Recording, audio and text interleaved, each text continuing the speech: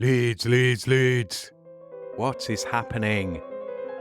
Welcome to Working Hours, an oral history podcast about a place called Leeds, a time called now, and an activity called work.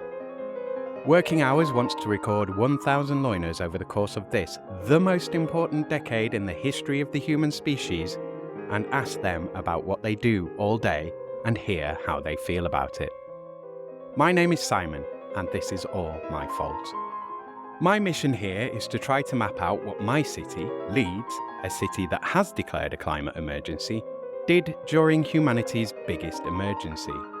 On Working Hours, we hear how loiners have, are, and will be coping with our multiple and expanding crises during their day-to-day working hours. Can we turn things around? We'll find out.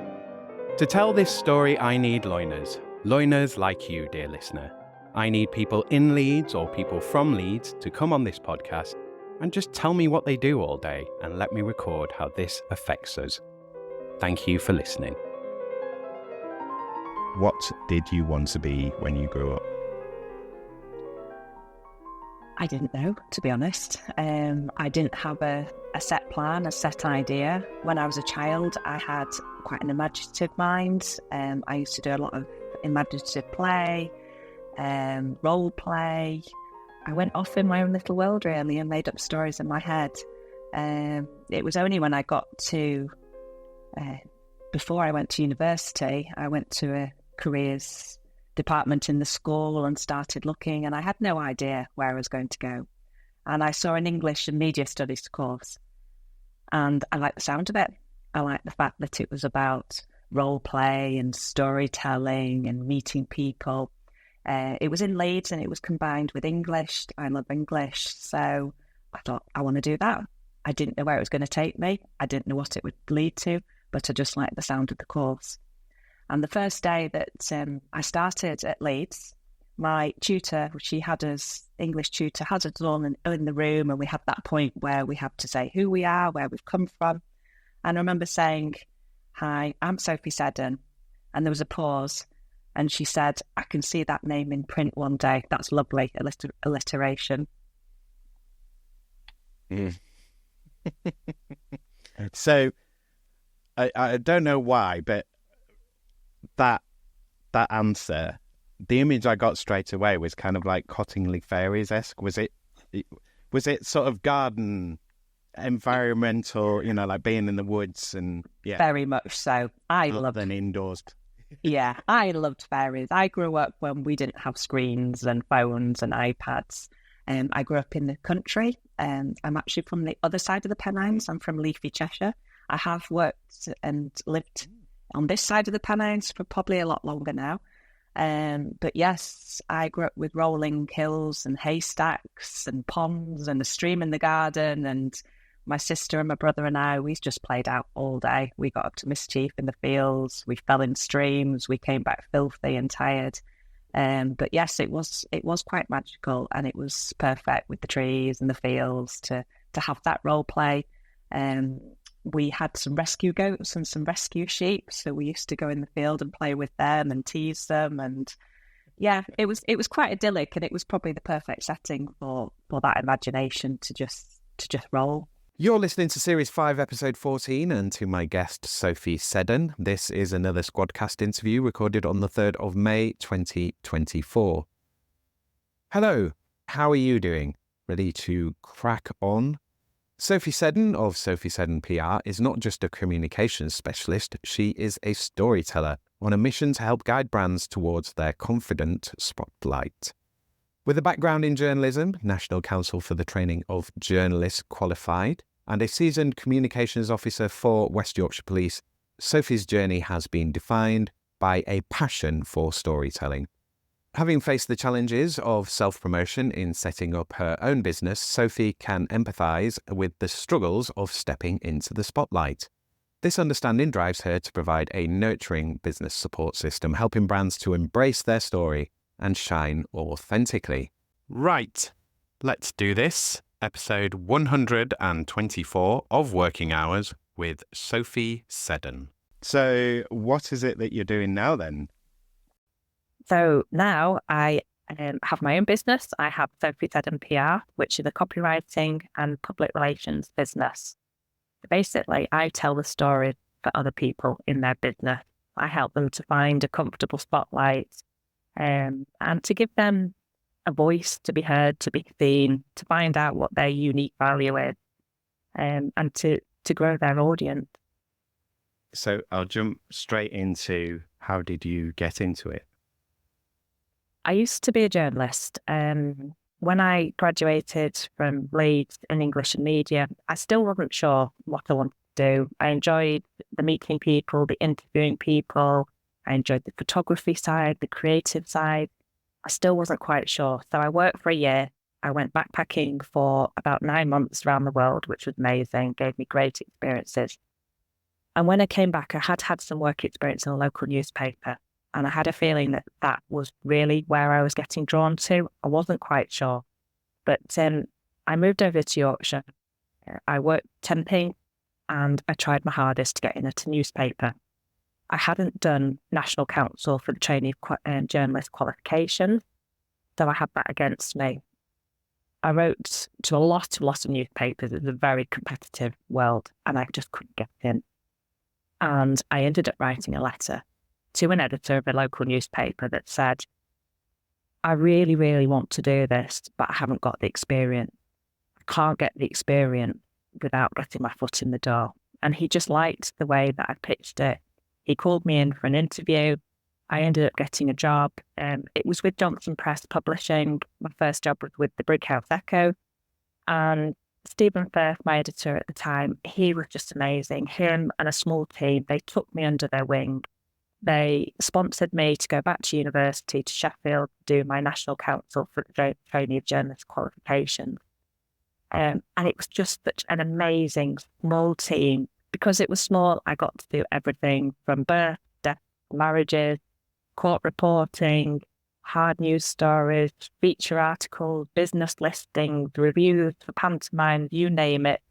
I've got to do everything. Yeah, I got to do everything. So I started as a trainee and worked my way up to chief reporter with special responsibility for news content. I was just going to say, I don't think people would be able to have that opportunity even now, because, a lot of those areas won't even exist. No, the newspaper world has changed completely now. I mean, there's a lot of it very much working from home. I joined in the time where we still had the printing press at the Halifax Courier. So I remember the first story that I wrote to go in the paper, Stephen took me up to the Halifax Courier so I could watch the papers being printed off. I can still hear, I can still smell that newsroom, going through the archive. We used to have archives of papers, all that. I wonder where it's gone, but it won't exist anymore. It was completely different. Mm-hmm. Yeah. Sorry, I broke your flow there as well. Can you remember what you said? I was just saying, during that time, they put me forward for a Yorkshire Reporter of the Year nomination for the weekly papers. So fantastic opportunity. I had the secondment over the Halifax Courier. They gave me leave so that I could go over to Granada Studios in Manchester and explore whether I wanted to go into television. Really, really, really supportive. It was at a time when they were starting to make cutbacks. So they didn't always use the photographers. They used to give the reporter the camera and say, take photos of the scene, take photos when you're interviewing. And I loved that side of it. I loved the creativity that came with the job. But for me, it was meeting people, hearing their stories, and finding the word that reflected the nature of what I was dealing with. One moment I could be speaking to a family that had been torn apart by devastating circumstances or had lost a loved one. And the next minute it could be a quirky wedding. So it was always just listening to people and trying to spot that unique, that slightly different angle. So how did your PR company come about then? So from there, was that just you sort of, I don't know, like how long did you stay within the kind of journalism world? So I stayed in journalism a good 8 years or so. And then I got to the stage where I'd worked up to where I was. And I probably was looking for new opportunities. Hence I did the secondment.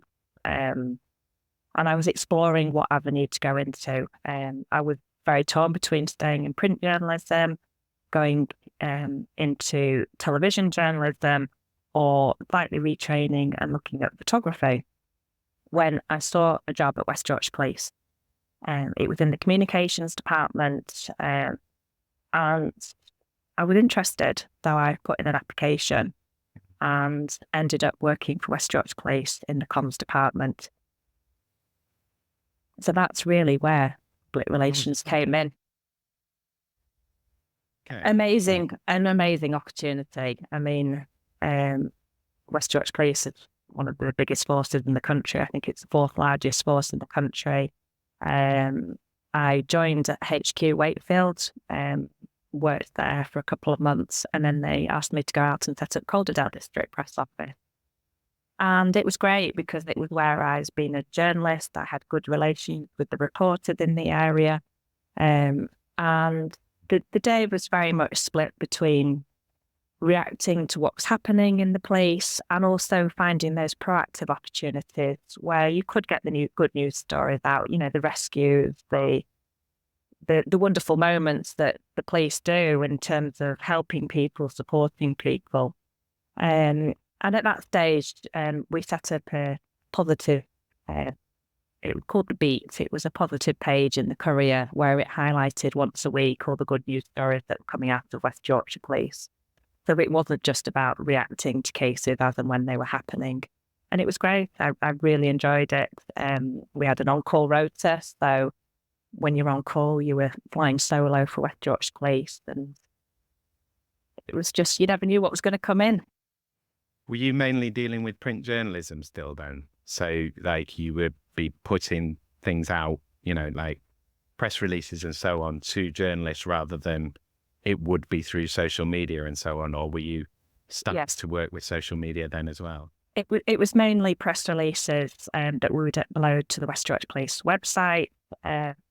We would put, during that time, social media came on more. So we did have a web team, we had an imaging unit, and yes, it's amazing if you put an appeal onto Facebook or social media, it's amazing what response it can have. And there's a purpose to it, if police are looking for somebody and they find somebody because of that appeal, it's really rewarding to feel that you've had some impact on a case.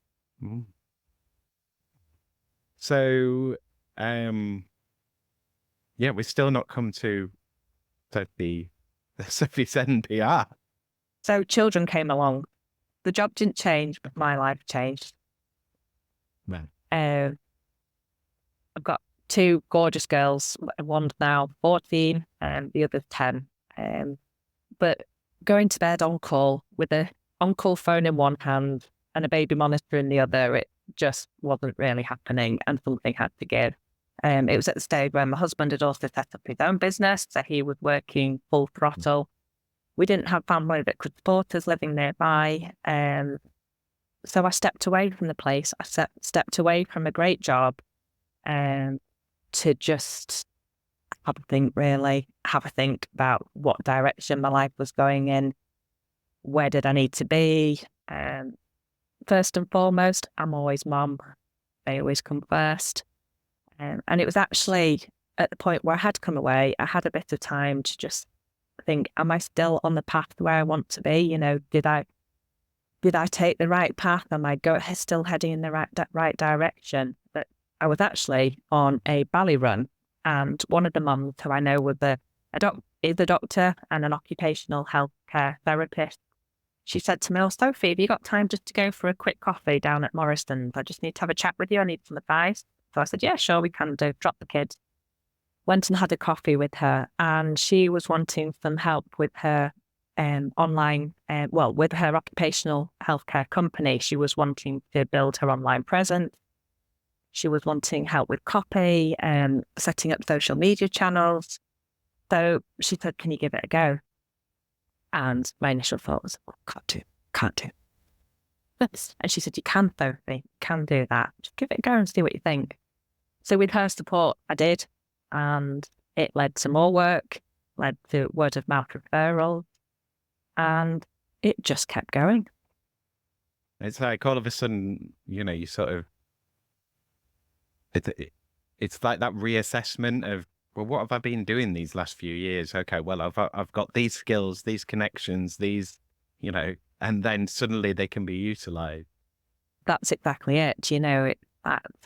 When you see past boundaries, which are only self-imposed boundaries, really, that fear that you're not good enough, you're not going to be able to do something. We all hear it. It's imposter syndrome. We all have it. It's within every single one of us. But it's having a supportive network behind you. It's someone that believes in you, and then you start suddenly believing in yourself.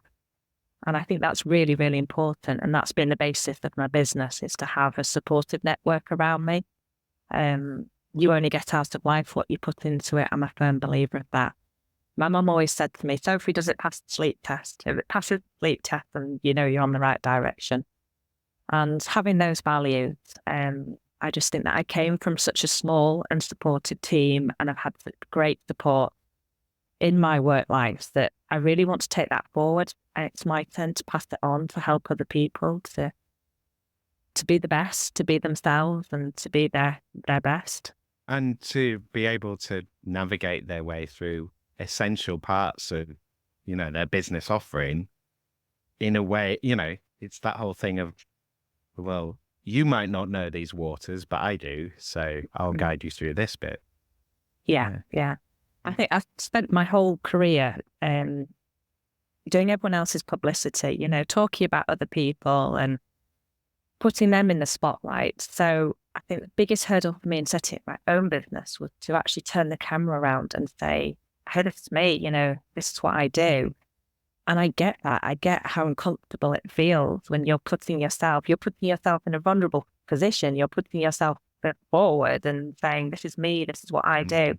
And it's creating that safe wraparound environment where I've got that expertise in terms of being a journalist, doing the press, the comms for West Yorkshire Police. It's that poacher turned gamekeeper. It's having that professional understanding, but also having that life skill and that personal understanding of how people feel and when they are putting themselves out there and creating their brand. So I wanted to spend just a little bit of time just on the kind of experience of being a startup and setting up and so on. I mean, has it gone fairly smoothly so far? Has it been overwhelming? Has it been hard to kind of adjust to being your own boss and setting your own hours and finding the work and so on? Like, what's the experience been? What's the kind of good and bad of it so far for you? A roller coaster. No 2 days are ever the same, to be honest. I think the biggest hurdles have been overcoming my own imposter syndrome, my own confidence. I know I can do it. It's just that can do the work. It's just that I have to keep believing in myself. And I think that's the same for anybody. But really, if you set your mind to something, you can do it. You can. People talk about glass ceilings, don't they? And it's only yourself that puts these limiting beliefs on. If you really do want to achieve something, then you can achieve anything when you put your mind to it. I think the work has come my way. Ironically, I set up a business without an online platform. It came from word of mouth referrals. As the business has grown, I've recognised that you do need to have an online platform. You do need to have a professional sounding board. I need that professional sounding board for my own client. And it has been very much about having a team around me. I come from a big newsroom. I used to have a web team behind me, an imaging unit, people to bounce ideas off. And I think when you're on your own, it's very hard for those insecurities to creep in, that accountability.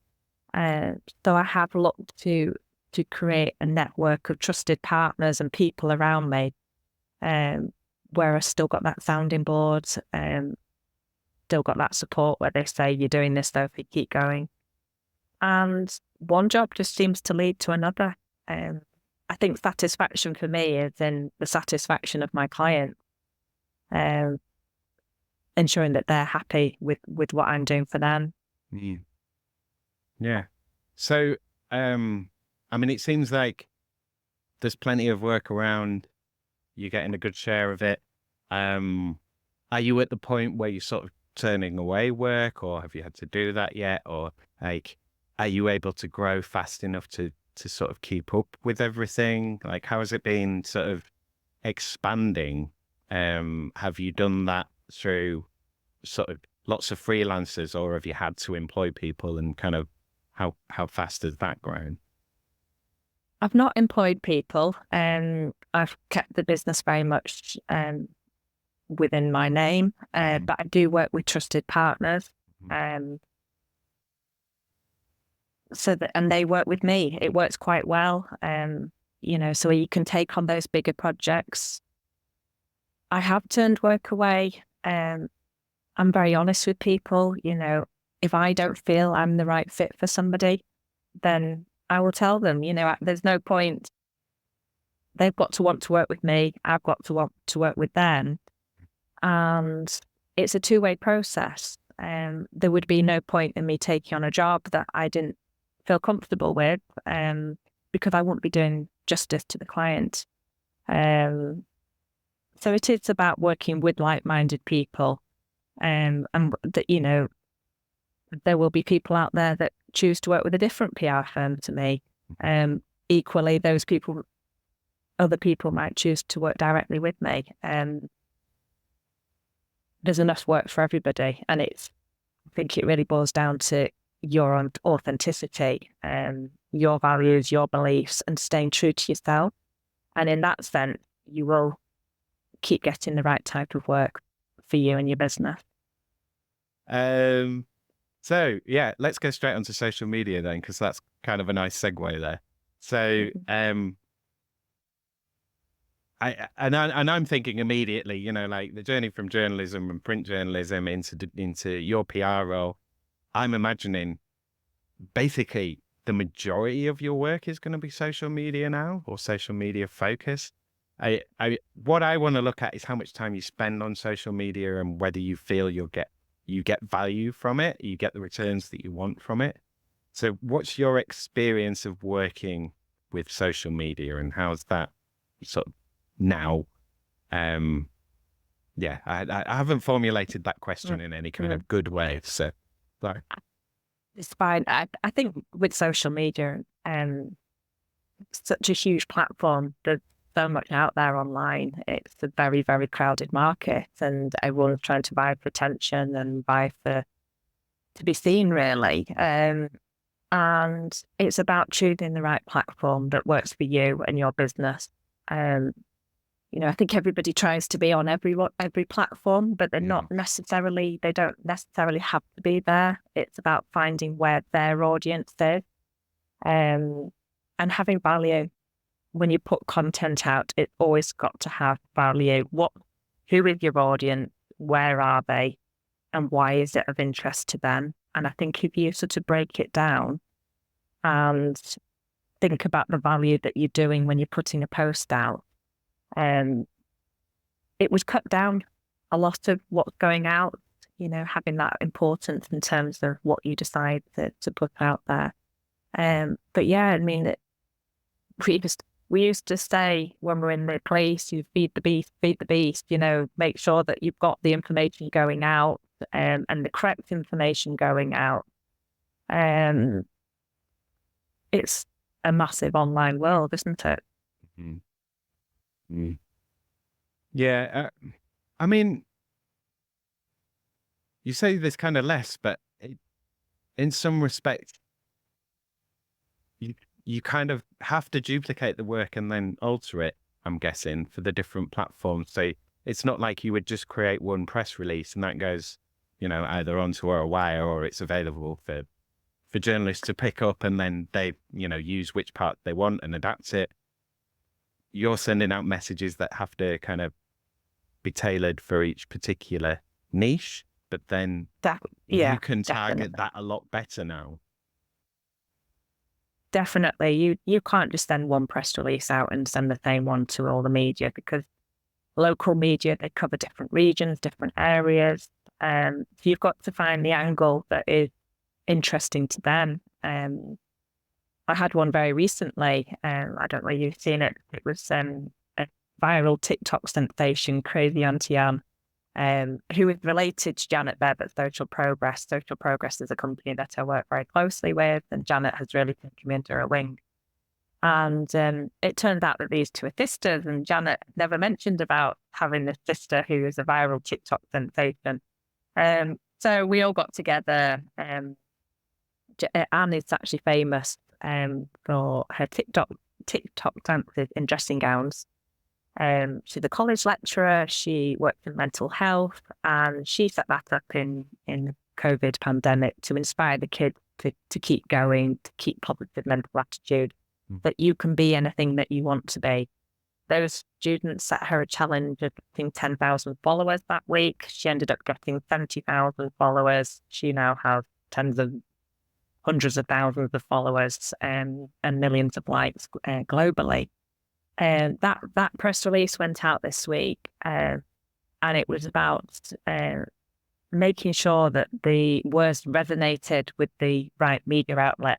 So over in Calderdale, the link was the fact that she was a college lecturer in Calderdale, whereas in Kirklees, it's the fact that it's the Honley businesses who have come together to celebrate that. So it is very much about tailoring messages to the right audience. Yeah, I mean, that's where years of not just the PR experience, but also the journalistic experience, like you say, finding that angle, and you're having to do that for sort of every market or potential market. And in a way, you're kind of maximizing as many of the words as you can, like if you're thinking sort of SEO terms and stuff, of like every word is a potential market to sell something on.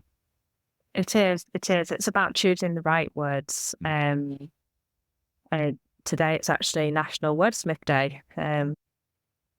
So I put a blog out today about the importance, the value of words, not just in business, but in life. Choosing the right word. Words can bring great comfort to people in times of sorrow. They can bring great happiness to people in times of joy. And it's about finding the right tone of voice for your audience to reflect your messages, to reflect your branding, finding out where your audience is, hitting the right note with the right tone, and choosing the words that best describe you and your business. So this is the climate change question. So I'm looking at here how climate change does or might affect your work or your attitude to work. I have the question in here, A, because I want to talk about climate change and I don't get enough ability to do that. And B, because Leeds has declared a climate emergency. And I know it's not always a priority for people, and it's not always something that's realistic that people can do anything with. But for yourself and for your business, has it had any impacts that you can see? And is there anything that you can do to either reduce those impacts or work around them? So yeah, I'll let you answer the question. I think we all have a responsibility to climate change in business and in life. We're all responsible. Most of us drive cars. Households, we produce mass rubbish. We all do have a responsibility. And even online, I try to reduce printing out. I do find that when I'm editing, having a hard copy in front of me, it goes back to the days of journalists. We used to do a print roll of the newspaper. We used to pass it around. We used to read each other's work. that was the best way of finding out where your errors were and spotting each other's mistakes. So I do quite a bit of printing, probably more than I should do. But I do reuse the paper for shopping notes and things like that. And also laptops, you know, I'm plugged in a lot. I've met businesses through work where they're looking at how can they make websites more economically, more environmentally friendly. And I do find that fascinating, you know, that we're using this energy, that we've all got our phones plugged in, we've all got our laptops plugged in. The changes do need to be made. And I think we all can play a part in helping that. I mean, have you had to do any kind of, or have you done any promotion of like the sort of green side of stuff? I don't necessarily want to say, you know, greenwashing or whatever, but like, has anyone asked about this? Is this something that people, have you needed to do this angle or anything like that? Is it something that's come up, or is it not? One of my clients that I have is a local charity called River Home Connections. They've actually received DEFRA funding for landscape recovery. So they have quite a big project. They're a very small charity, but they are working to improve the river catchment, which runs up from home all the way down into Huddersfield. And it's about increasing biodiversity, habitat restoration, reintroducing ancient woodlands, and working with landowners and farmers to find ways of improving the environment. So basically, it's about it's one of a 22 pilot schemes nationally, and it's about increasing green spaces and bringing back native species and reducing the non-native species. And I do find that very interesting, and I love to create that platform for them to say what they're doing in the area. You know, it means that when I go out dog walking with the kids, you know, I think about it. I think about the impact that they're having on the green. We're very lucky that we live in such a rural area. It's very, very pretty. It's very lush. It's very green. It's very wet. But what we're doing now will benefit generations to come. And having a family myself, I'm thinking about their futures and potentially if they have children, their children's futures. I mean, even within this conversation, you know, we started with the sort of being in the woods, you know, and stories and so on. And, you know, that's kind of like bringing that space back for people to access. And even in places where, you know, it's sort of, we live in the countryside, so it seems like it's all nice, but the modern world creeps in, you know, the litter, the pollutants, the whatever. So nothing is, you know, even if you don't live in the city, it's like you're still going to see things being spoiled around you. So it's nice to see spaces where, you know, it's being brought back rather than being taken away, I guess. Definitely. We've had some greenbelt fields near us that we moved in, and they're getting built on at the moment. And what was really sad was that I could no longer hear the lamb bleating in the field this spring. When I was working for West Yorkshire Police, I used to get up quite early in the morning for the early shift, about 4 a.m, and I used to always hear the owl. Yeah. I loved hearing the owl. It just sort of grounded me, ready for what I knew would be a very, very busy day in the press office.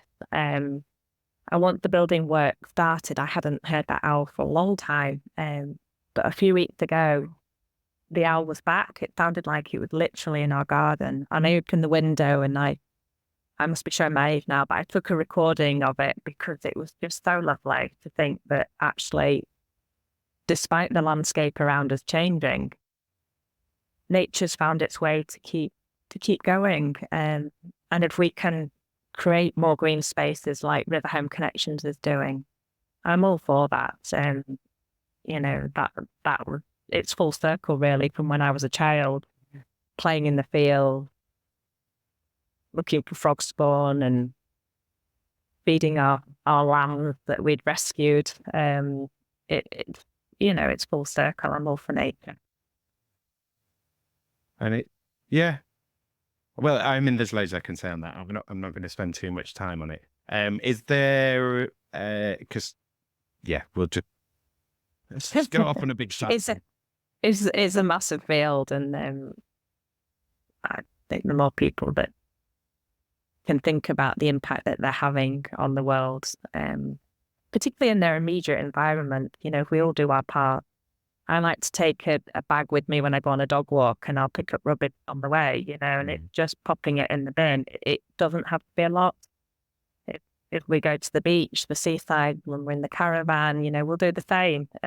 If you just look after the area around you, then if everybody does that, it can make a massive difference. Again, I'm not going to add to it. I'm going to leave your point to stand. Before I move on to the next question, do we want to say anything else on social media? Is there like any aspect that we've not covered that yet that you kind of want to flag or anything, or are we happy with what we've said there? I think that's okay. I think. Cool. Unless you can think of anything. Having said that, it's Finn, but sometimes you go further and further into tangents. Sure. I know. Not that that's a bad thing. I don't. No. Well, I never find it boring. I don't know about my listeners. Well, you've got listeners. That's good. There's at least one or two of them. So that's what it's about. Yes. Well, I mean, they could be the most important. Well, they are to my show, the most important people in the world. But everybody starts with one or two clients. That's how it all starts. One or two people believing in you, and that's where it comes from. Oh, I've referred to this on the podcast before, but there's a great little TED talk. I don't know if you've ever seen it. How to Start a Movement. Oh, I've not seen that one. I don't think I have listened to TED Talks. I do like TED Talks. It's a really good one. It's one of those where someone just comes on and does something really quick. But he's got this video from like a festival, and it's a guy. I believe it's a guy. I might be wrong. Someone dancing, and they're dancing in a kind of weird way, and then someone else comes over and joins them, and they're kind of half taking the mickey out of them, sort of thing.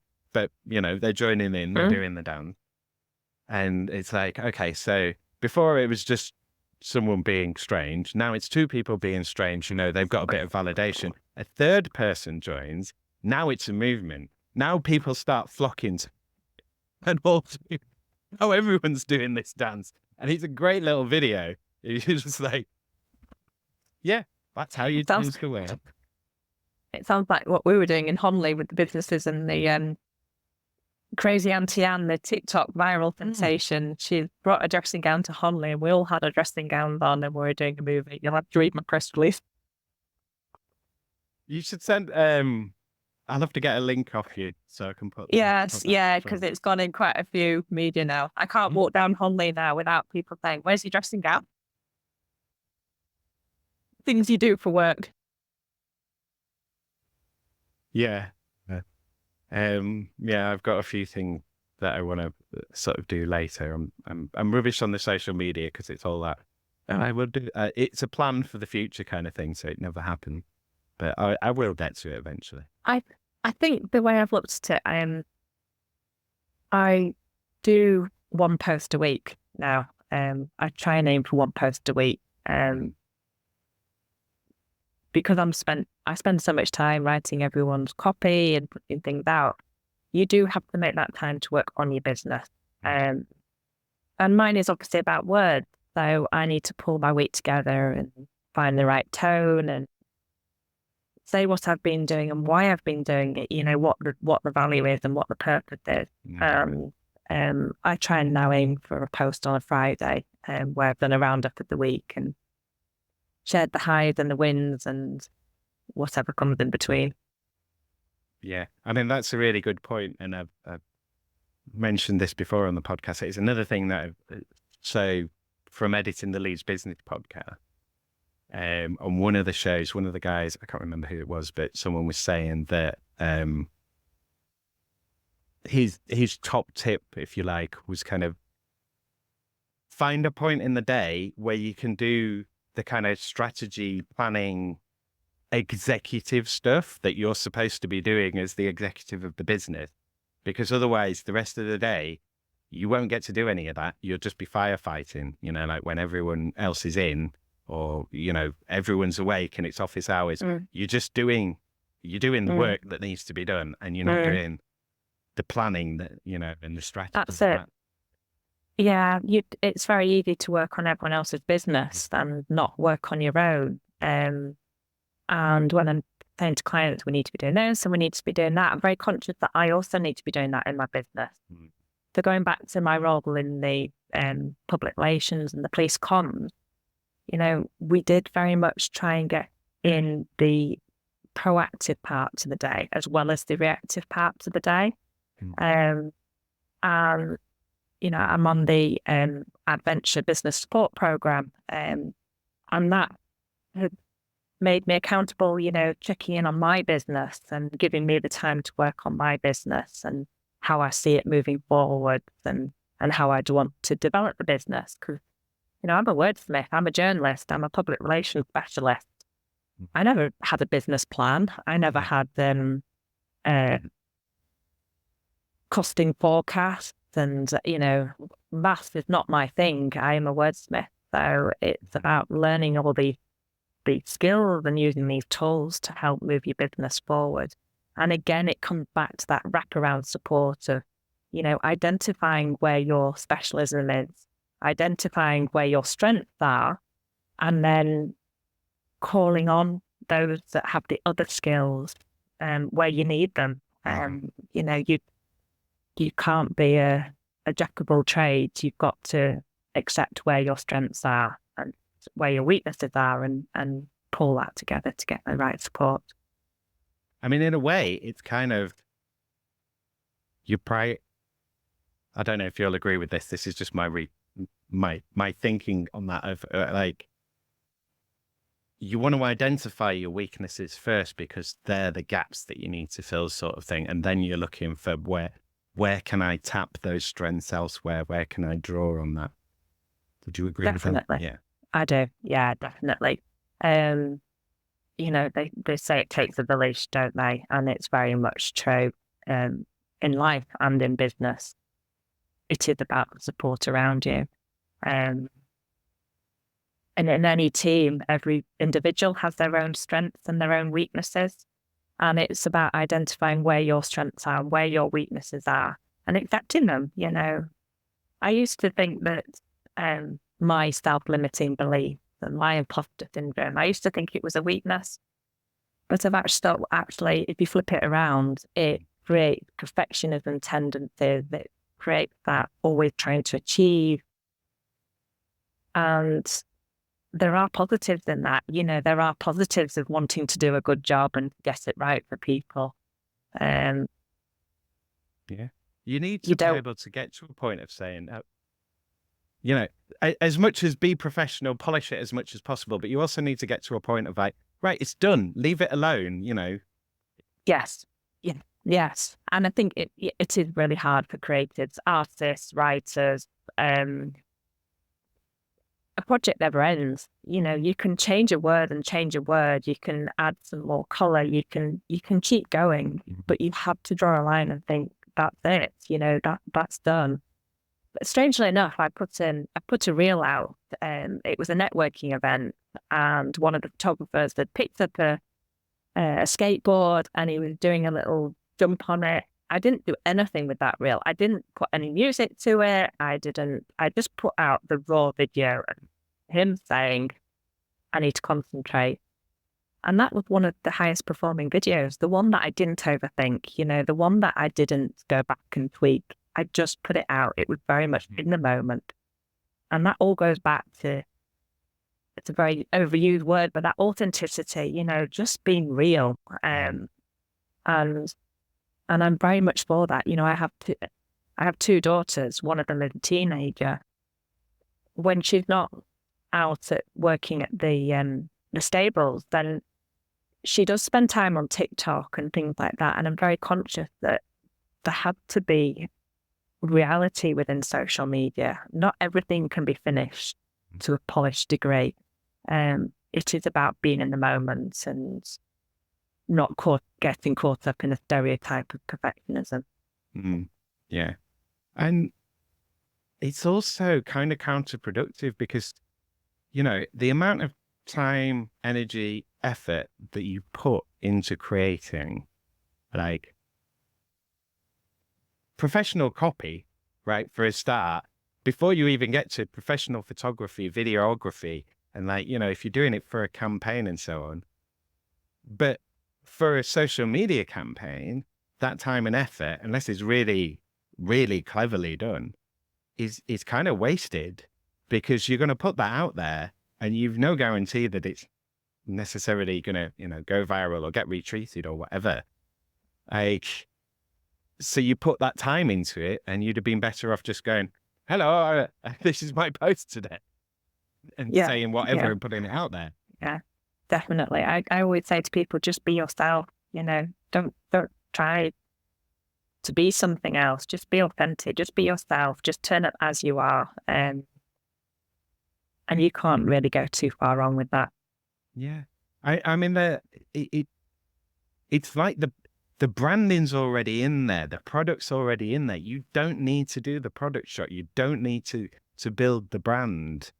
You just need to, if you want to stand out, just be a person. Do a you thing, and then the system will, promote your brand, promote your channel, promote you and your product.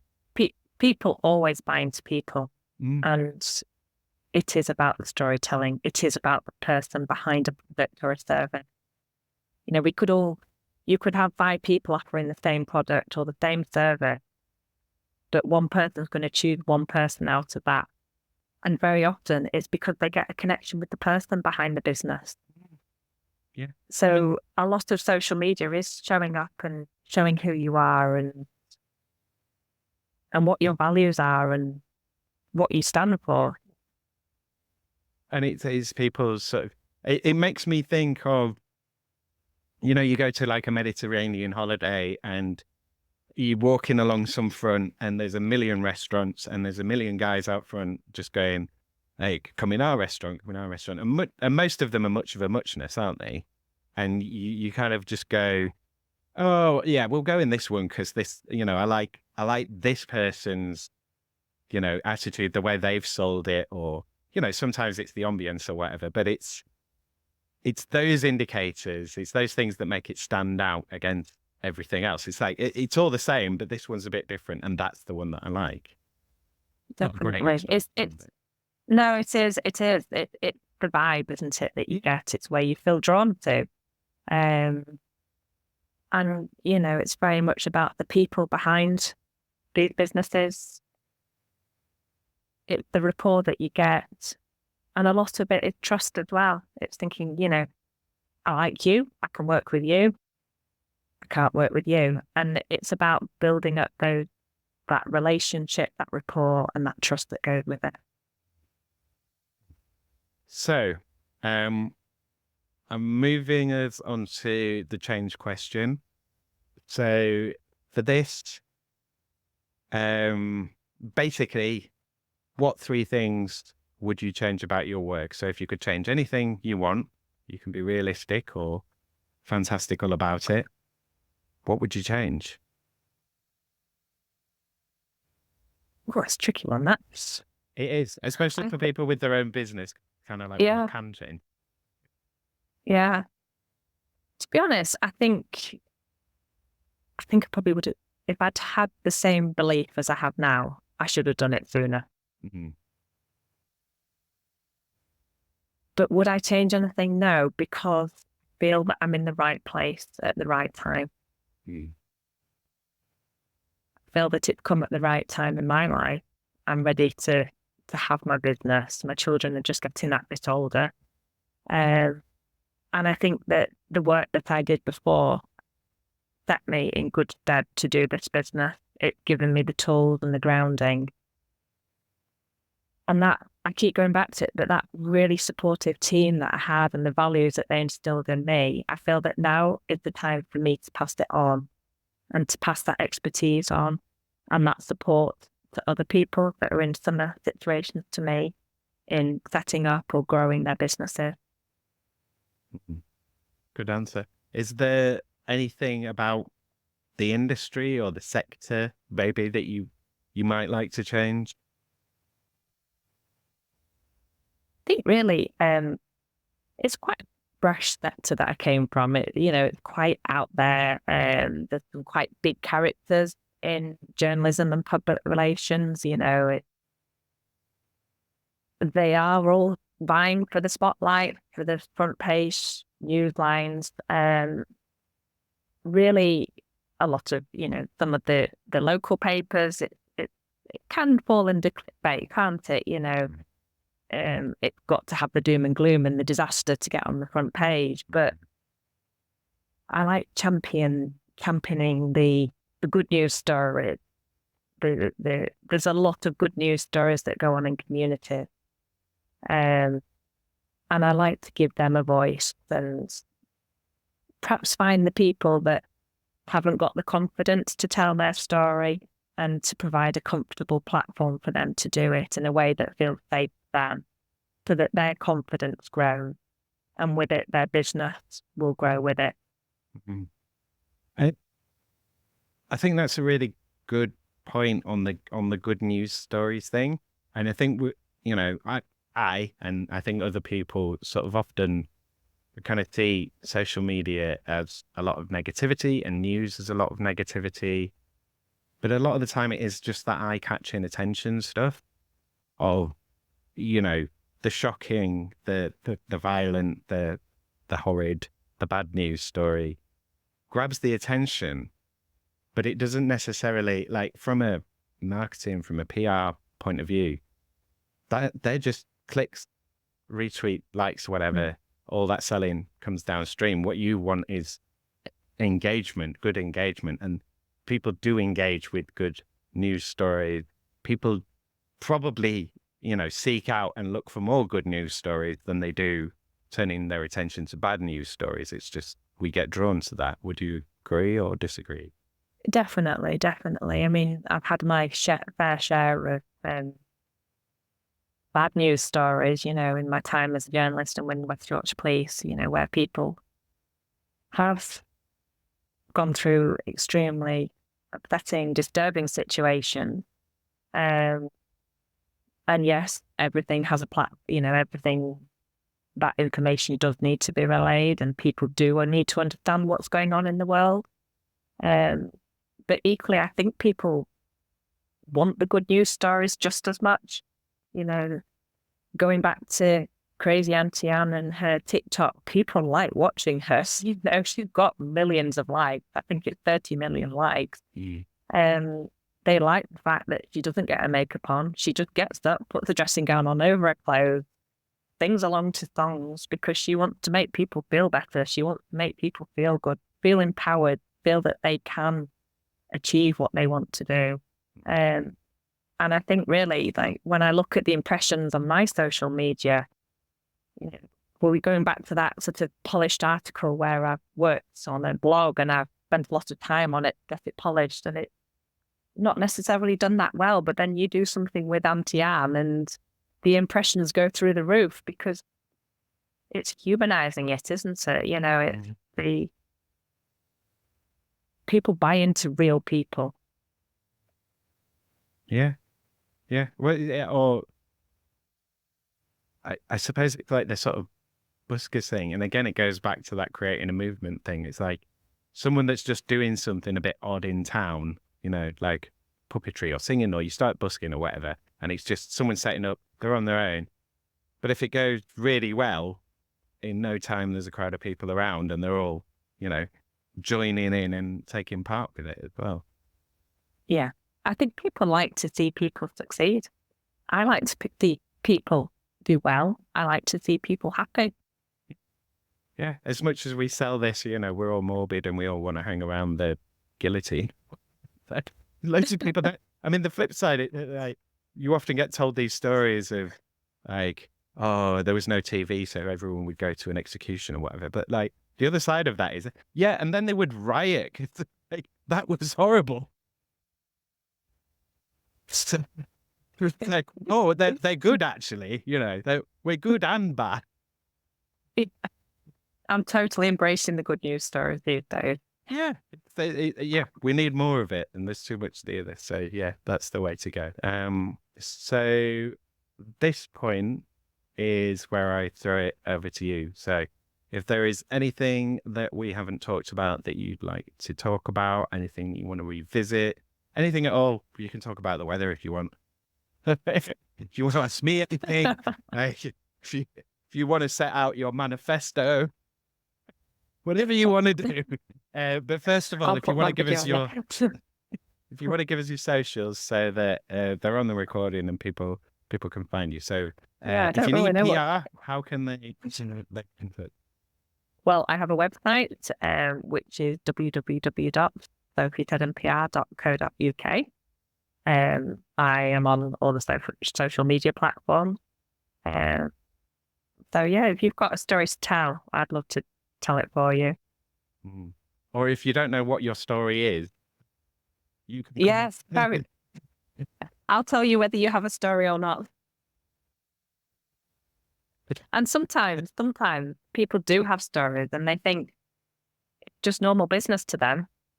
Yeah, well, that's my, that's just my life, ordinary lived reality. It's like nobody else has lived your reality. No. So it's unique. Yeah, it might be common in a lot of ways, but it's also specific to you. Yeah. With the story with Auntie Anne, that evolved because it was Anne is Janet Baird's sister, and Janet Baird Social Progress. She's a well-recognized company, digital marketing company in Honley. And within the business community, Honley Business Association with Honley, there was a big, that's your sister. Wow, that's a story.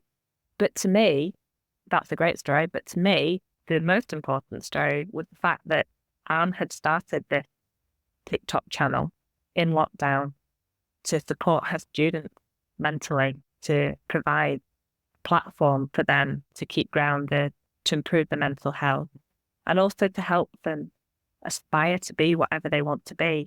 She's got a lovely line in that press release where she says, if you want to do something, go knock on the door and ask them, what do I need to do to get in here? And she says, if you want to be an astronaut, you can be an astronaut. It's about believing in yourself. And that really resonated with me because since I started believing in myself, my business has continued to grow. And I think it's having that foundation and having the right people around you to get to that point. It really does make a difference. Thank you again to Sophie for being my guest. Thanks as always to all my guests, and thanks to you, Leeds, for being my subject. If you'd like to know more about Sophie Seddon PR, go to the show notes. I've put all the links in there. If you are in Leeds or from Leeds, if you are Leeds, and please be one of the 1,000 and be a guest on this show. You can email Working Hours at workinghourspod@western-studios.com. Okay, that's me. Work for peace and plan with kindness. Cheers, ears. Take care out there and be kind to each other, Leeds. Working Hours is produced, recorded, edited and published by Simon Treen for Western Studios, Leeds Limited. The music was The Bees from Chopin's Etudes, which is in the public domain and was taken from museopen.org. Go to western-studios.com and use the contact page on the site to drop me a message about either Working Hours or about your own Leeds podcast project. Keep up to date with Working Hours and find out about the other great Leeds podcasts that Western Studios is involved with by following Western Studios Leeds on Facebook at facebook.com/western_studios_Leeds and on LinkedIn, linkedin.com/company/Western-Studios. Western Studios Leeds is available to loaners to help them realise their own podcast projects for only £30 for an hour of audio podcast work or £40 for an hour of video podcast work. email makemypodcast@western-studios.com with details of your project and what support you want to get your Leeds podcast made. Whatever your podcast question or need, get in touch with Western Studios Leeds.